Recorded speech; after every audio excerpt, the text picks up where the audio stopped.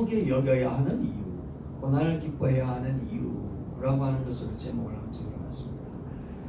이스라엘 사람들은요, 결혼할 때 한 가지 재밌는 풍습을 갖고 있답니다. 신부가 접시 하나를 가지고 와서 발로 탁 깬다는 거예요.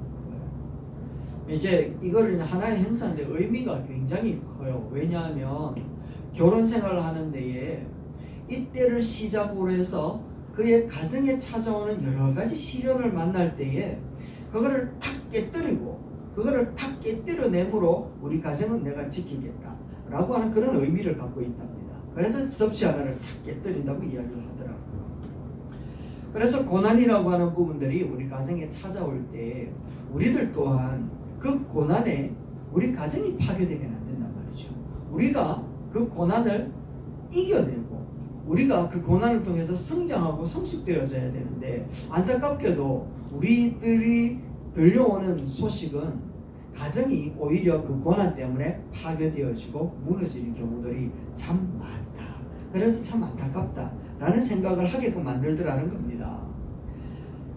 하나님께서도 야고보 사도를 통하여서 오늘 우리에게 이야기를 하는데 2절 말씀인데요. 우리 같이 한번 읽어봅시다. 2절입니다. 시작. 내 형제들아, 너희가 여러 가지 시험을 만나거든 온전히 기쁘게 여기라. 여기서 시험이라고 하는 것은 시련, 고난, 괴로움, 환난이라는 것을 이야기를 합니다. 심지어 이게 한 가지만 있는 것이 아니라 여러 가지라고 이야기를 합니다.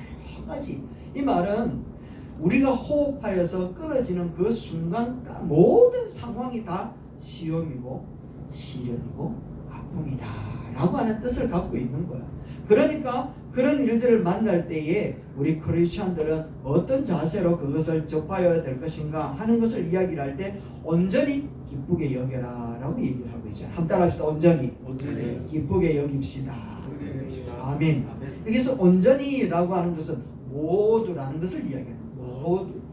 이걸 다시 이야기를 하면 우리가 호흡하여 마치는 그 시간, 인생은 고난의 연속인데, 그렇게 찾아오는 고난을 모두 하나도 애누리하여 버리지 말고 다 기쁘게 여길 수 있어야 된다라고 이야기를 하고 있단 말이죠. 그런데 이거는 문자로 기록하면 너무너무 알기 쉽단 말이에요.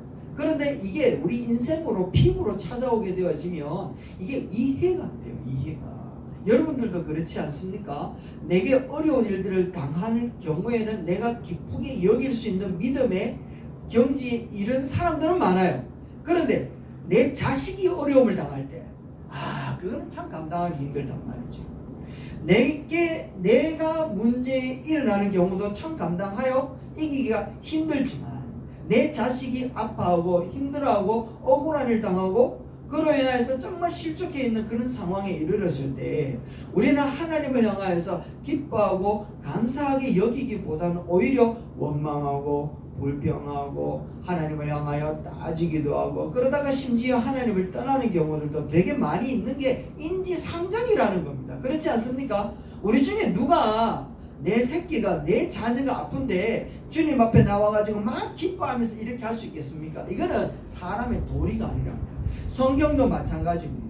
성경에서도 기쁘게 여겨라 라고 하는 것은 그럼에도 불구하고 교회 와가지고 막 즐거워하고 기뻐하고 이런 이야기를 하는 게 아니란 말이에요. 이게 우리의 피부로 와 있다 보니까 우리들이 신앙하고 또 우리의 삶하고 부딪혀오는 경우들이 너무 많아요. 이게 윤리적인 부분이고 그 유교에서 온 착한 사람의 모습이라는 겁니다. 기독교는 그런 이야기를 하는 거 아니란 말이죠. 고난이 닥쳤을 때 하나님께서 우리 보고 기뻐하고 감사하게 여겨라 라고 하는 데는 그 이유가 있는데, 그 이유가 무엇인가? 오늘 우리가 잠시 묵상하면서 하나님 앞에 영광을 돌렸으면 좋겠습니다. 첫 번째가 무엇인가 하면, 고난이라고 하는 것은 우리들이 감당할 수 있는 삶의 능력을 이렇게 가지게끔 하는 역할이 바로 고난이라는 겁니다. 몇 년 전에 러시아의 과학자들이 시험을 했습니다. 테스트를 했는데 편안한 인생이 생명을 단축시킬까 아니면 연장시킬까? 여러분들 어떻게 생각하십니까? 편안한 인생이 삶을 길게 더 연장시킬까요? 아니면 짧게 단축시킬까요? 생쥐를 가지고 실험을 했습니다. 두 부류를 나누어 가지고 한 부류에는 아주 좋은 환경, 걱정, 스트레스 없을 환경으로 한 몰아넣고요.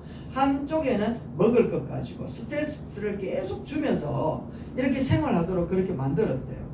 그랬더니 생명의 위협을 받지 않고 스트레스 없이 생활했던 이 쥐들은 살이 포동포동 찌기 시작합니다. 진짜 이게 쥐인지 고양인지 구분이 안 될 정도로 포동포동 찌더래요. 그런데 이 쥐가 탐스럽긴 한데 먼저 병들어 죽습니다. 그런데 참 아이러니하게도 고난이 있는 쥐들은요, 여기저기 마르고 상처는 있었음에도 불구하고 끈질기게 살아있고 눈이 초롱초롱 반짝반짝거리더라는 겁니다. 참 희한하죠. 성경에 나오는 믿음의 조상들도 그러하였음을 우리에게 가르쳐 주더라는 겁니다. 여러분, 성경에 나오는 믿음의 조상들은 고난이 있었을까요? 없었을까요? 있었을까요? 없었을까요? 자, 그러면 이 문제는 너무 쉬워요. 그죠? 그들은 온전하게 믿음을 가지고 그 고난을 극복했다. 아니라 그 문제가 부딪혀 왔을 때는 그들 삶 속에도 불신앙의 모습이 나타날 때가 있었다. 1번일까요? 2번일까요? 아브라함을 예로 한번 들어봅시다. 아브라함이라고 하는 이 사람은 우리가 잘 아는 것처럼 믿음의 으뜸이 되어지는 조상이잖아요. 그런데 이 아브라함은 창세기 12장부터 나올 때부터 고난이었습니다. 본토 친척 아비 집을 떠나가라 라고 하는 말을 듣고 그들은 본토 친척 아비 집을 떠나서 출발을 해요. 그 시대에는요, 힘 있는 놈이 법이었거든요. 주먹이 법이었거든요. 그래서 자기 세력이 크면 세력이 약한 사람들을 점령해가지고 있는 것도 빼앗고 없는 것도 빼앗아 가는 시대의 문화 속에 살았습니다. 그러니까 아브라함은 떠날 때 자기 가족들만 떠나면 대번에 죽을 줄 알았기 때문에 저 친척들을 다 데리고 가는 거예요. 데리고 출발을 했던 이유가 살기 위한 부분이었거든요.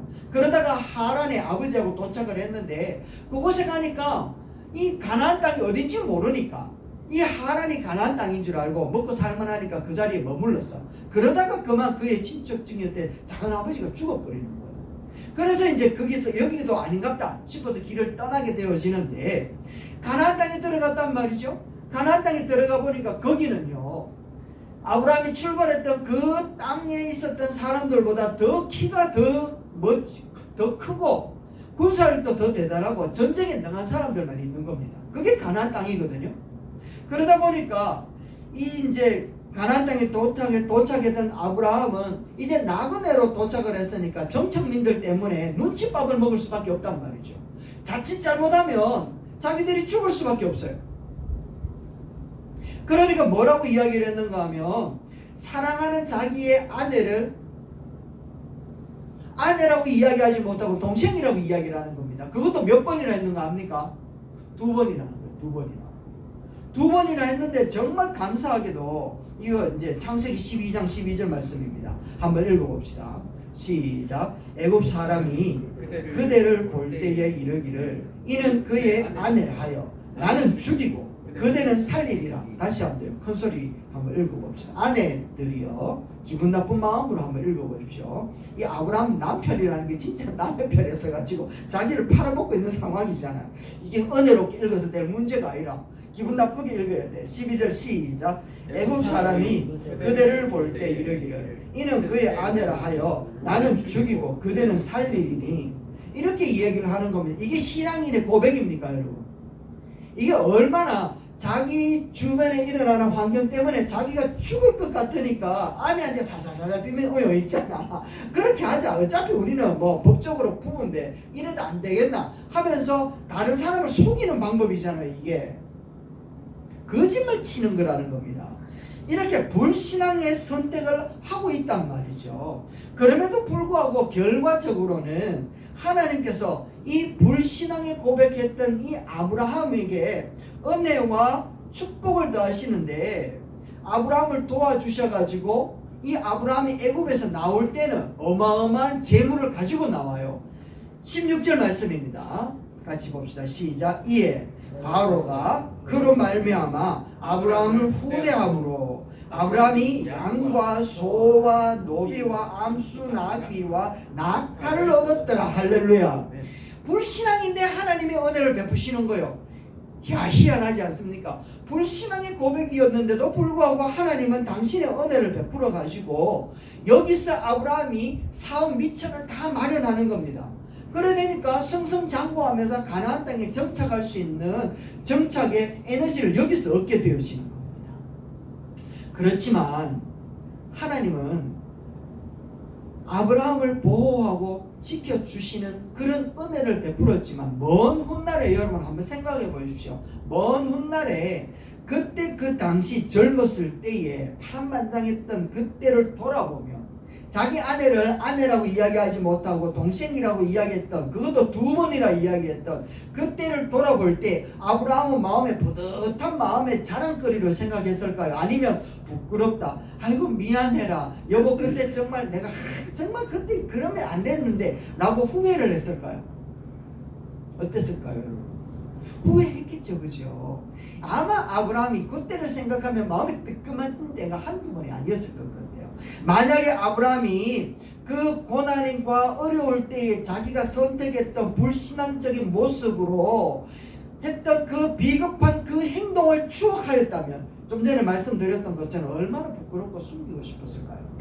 그런데 비록 힘들고 어려운 그 시기에 고난의 때였지만 신앙을 따라서 믿음의 고백을 했더라면 어떤 결과가 일어났을까요, 여러분? 신앙의 고백을 하고 믿음을 따라 했더라면 어떤 결과가 나타났을까?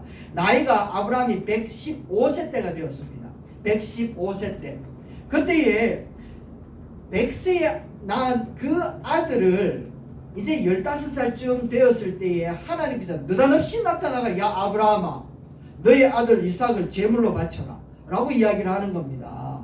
그러니까 아브라함도 얼마나 고민이 많이 되고 얼마나 스트레스가 되었을까요? 그의 인생에 이것보다 더 힘든 그런 고난의 때가 없었을 거예요. 그런데 아브라함은 이 고난의 시간에 놀랍게도 아들 이삭을 제물로 바치기 위하여 모리아산에 데리고 올라가는 겁니다. 믿음을 따라서 제물로 삼기 위해서 칼로 그의 배를 탁 찌르려고 하는 순간에 22장 12절 같이 한번 볼까요? 시작. 사자가 이르시되 그 아이에게 네 손을 대지 마라. 그에게 아무 일도 하지 말라. 네가 네 아들 네 독자까지도 내게 아끼지 아니하였으니 내가 이제야 네가 하나님을 경외하는 줄을 아노라. 할렐루야. 이런 고백을 하더라는 거, 하나님이 이렇게 칭찬을 하시더라는 겁니다. 칭찬을. 아브라함의 믿음을 보시고는 네 믿음 참 대단해 라고 믿음의 칭찬을 이렇게 하시더라는 겁니다. 먼 훗날에 또 한번 이때를 돌아보면서 추억을 했다고 한번 생각을 해보십시오, 여러분.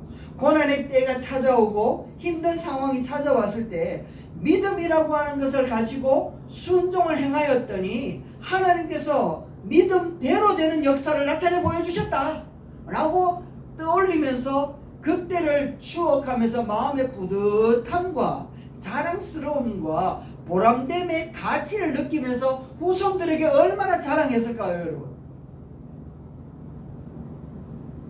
비록 힘들고 어려운 때였지만 하나님의 말씀을 따라 믿음으로 순종을 하고 믿음을 지켰더니 하나님이 칭찬해 주시더라 라는 거였습니다. 불순종하여서 나타냈을 때도 하나님이 은혜를 베푸셨고 순종하여 나타냈을 때도 하나님은 은혜를 베푸셨다라는 겁니다.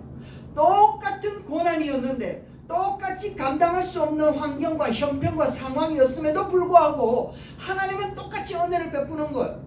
그렇게 똑같이 은혜를 베푸는 그 상황 가운데 내게 다가오는 데미지는 죽을 것 같다라는 겁니다. 똑같이 죽을 것 같다라는 겁니다. 그럼에도 불구하고 순종의 길을 택하였더니 하나님께서 믿음대로 되는 역사를 나타내 보이시더라고요.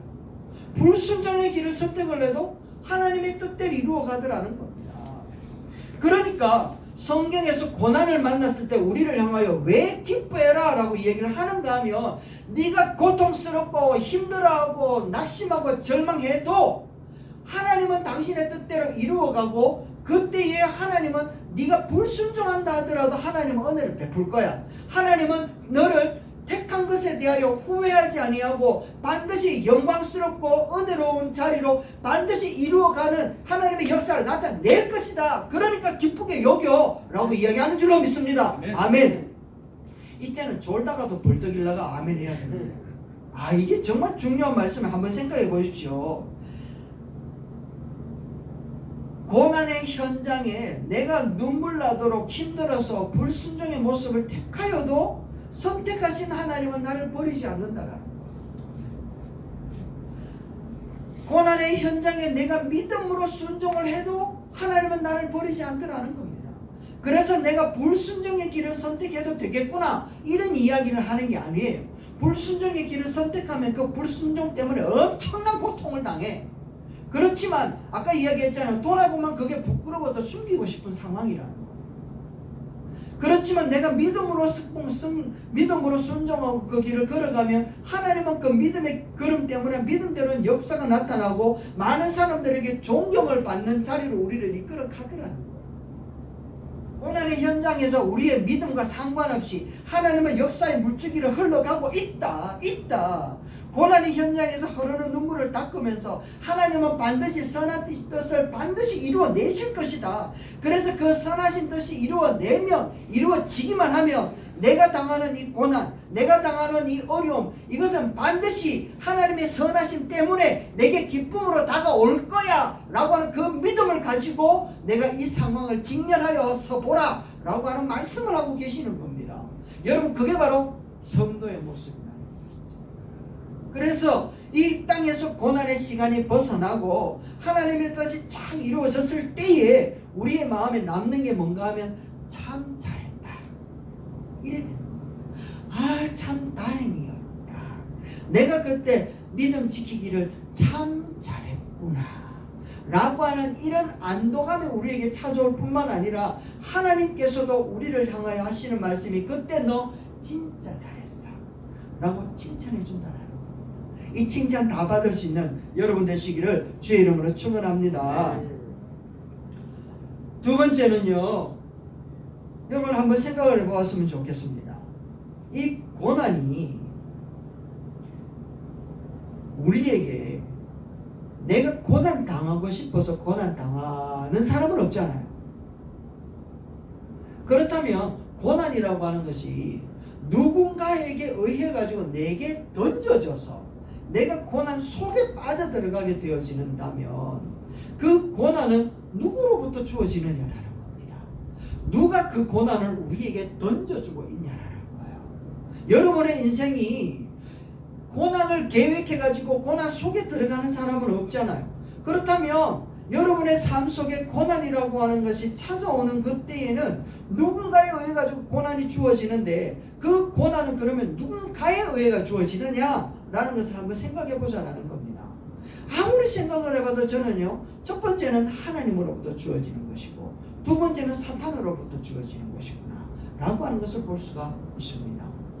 여러분 한번 생각을 해보십시다. 그러면 하나님께서 우리에게 고난을 던진다면 하나님이 고난을 던질 때에는 성도들에게 그 고난의 끝이 어떠하게 될 것을 계획하셨기 때문에 고난을 던질까요? 하나님이 우리 성도들에게 고난을 주실 때에는 생명과 평안을 주기 위하여 고난을 주시는 것인 줄로 믿습니다. 이게 선하신 하나님이라는 것입니다. 그런데 반대로 사탄은 성도들에게 고난을 던질 때에는 어떤 목적을 가지고 던질까요? 그것은 바로 망하고 멸망시키기 위해서 던진다. 예수님도 분명하게 말씀하셨습니다. 요한복음 10장 10절입니다. 같이 봅시다. 시작. 도둑이 오는 것은 도둑질하고 죽이고 멸망시키려는 것뿐이요 내가 온 것은 양으로 생명을 얻게 하고 더 풍성히 얻게 하려는 것이라. 할렐루야. 아멘. 사탄이 오는 이유, 도적이 오는 이유가 뭐라고 이야기합니까? 멸망하고 죽이기 위해서 온다는 겁니다. 사탄은 옛날이나 지금이나 목적이 한 가지밖에 없습니다. 어떻게 하든지 우리 성도들을 죽이고 멸망시키려고 온다는 거예요. 고난을 주든지 평안을 주든지 목적은 오직 한 가지밖에 없습니다. 예수님한테 찾아와가지고도 돈과 명예, 영광 다 줄게라고 이야기를 하고 있습니다. 사탄이 뭐라고 고백했습니까? 하나님이 모든 것을 다 내게 줬다 얘기를 합니다. 그때부터 하나님은 사탄에게 모든 명예, 영광, 돈, 모든 물질들을 사용할 수 있는 권리를 사탄에게 다 이양했어요. 그러니까 그가 주겠다 얘기를 하고 있죠. 지금도 마찬가지입니다. 사탄은 오늘 우리에게 이야기를 합니다. 고난을 주든지 평안을 주든지 영광을 주든지 사탄으로부터 오는 것이라면 그 목적은 뭐라고요? 사망이다. 죽음이다. 그런데 예수님으로부터 오는 하나님으로부터 오는 것이라면 그것은 생명이요 평안이라는 것이죠. 그래서 오늘 우리들이 고난을 당할 때에 우리는 반드시 잊지 말고 기억해야 될 것이 있습니다. 이 고난은 사탄으로부터 오는 것인가 하나님으로부터 오는 것인가 이것을 생각하라는 것이 아니라 고난이 딱 왔을 때 나는 하나님께로 우리의 육체와 우리들의 생각과 마음을 하나님께로 드리는 자가 되어야 돼요. 할렐루야. 하나님께 드릴 수 있게 되기를 주의 이름으로 축원합니다.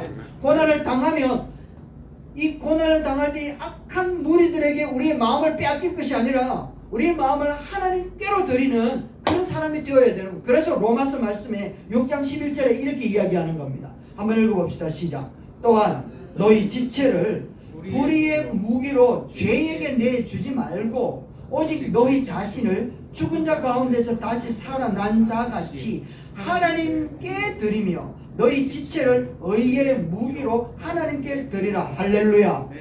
그러니까 불의의 무기로 죄, 죽음, 사망에 사탄에게 주지 말고 하나님께 드려라. 너의 몸을 의의 무기로 드려라. 할렐루야. 이렇게 이야기를 하고 있다라는 겁니다. 그런데 실상은 또 우리가 그렇게 살지 못할 때가 너무 많이 있어요. 고난의 현장에서 우리가 불의의 무기로 죄에게 내어줄 때가 얼마나 많이 있습니까? 교회 갈락하는데 차가 빵꾸가 났다. 와, 교회 갈락하는데 와 이런 일이 일어나노? 이런 생각이 들지 않습니까, 여러분? 옆에 사람이 진짜 교회도 안 가고 근데 복권 샀는데 당첨됐어. 나는 죽으라고 교회 다녔는데 500원짜리도 하나 안 걸리. 이래다만 본전 생각 안 나겠습니까? 당연하잖아. 원망하기도 하고 불평하기도 하고 하나님을 의지하고 순종하기보다는 더 나은 방법을 찾기 위하여 동분서주하는 경우가 얼마나 많이 있냐라는 겁니다. 바로 그러한 때 성경은 우리에게 이야기를 하는 거예요. 그러지 말고 의의 무기로 너를 하나님께 드려야 돼. 할렐루야. 한번 따라합시다. 의의 무기로 하나님께 드립시다. 할렐루야. 이래 되어야 된다라는 거예요. 아브라함의 손자 야곱, 이 야곱이 형님으로부터 장자권을 빼앗아 도망을 칠 때에 베델에서 하나님을 만났습니다. 그때 하나님께 고백하기를 하나님이 나를 무사하게 살게 하고 돌아오게 하며 하나님을 섬기고 하나님을 향하여 내가 제단을 쌓겠습니다. 그리고 하나님 앞에 11조를 드리겠습니다. 이런 고백을 해요. 그런데요, 이 야곱은 하나님의 은혜를 통하여서 베델로 돌아오는 그 60여 년 동안 한 번도 하나님 앞에 돌아왔다라고 하는 기록이 없는 거예요. 자기가 힘들 때는 하나님께 그렇게 다짐했는데 60년 동안 외삼촌 집에서 20년 거기서 빠져나와가지고 에스를 만날 때 무사하게 그 세겜에 내려가서 살 때에 수십 년, 그리고 또다시 그 다른 곳에 가가지고 살 때 수십 년, 이렇게 사는 동안에 하나님 앞에 영광을 돌렸다라고 하는 그런 고백이 하나도 없다라는 거예요. 그런 가운데서 딸 디나가 겁탈당하기도 하고 요셉이 인신매매 당하여 죽었다라고 하는 이야기를 들으면서 자기의 자녀들은 저거들끼리 싸우고요. 심지어는 부족들에게 원한을 갚기 복수하러 갔다가 그 동네 연합군들에 의해 가지고 죽을까 싶어가지고 야곱은 밤새 도주하는 그런 일들까지 일어났다니까요. 그럼에도 불구하고 하나님 앞에 제대로 하나님 앞에 영광 돌린 적이 한 번도 없었다는 겁니다. 이와 같이 어려운 고난 상황 가운데에 우리의 모습처럼 하나님 앞에 불의의 무기로 드려서 죄에게 드릴 줄은 알았지 의의 무기로서 하나님 앞에 드리는 모습이 없는 것은 우리하고 너무나도 똑같더라는 겁니다.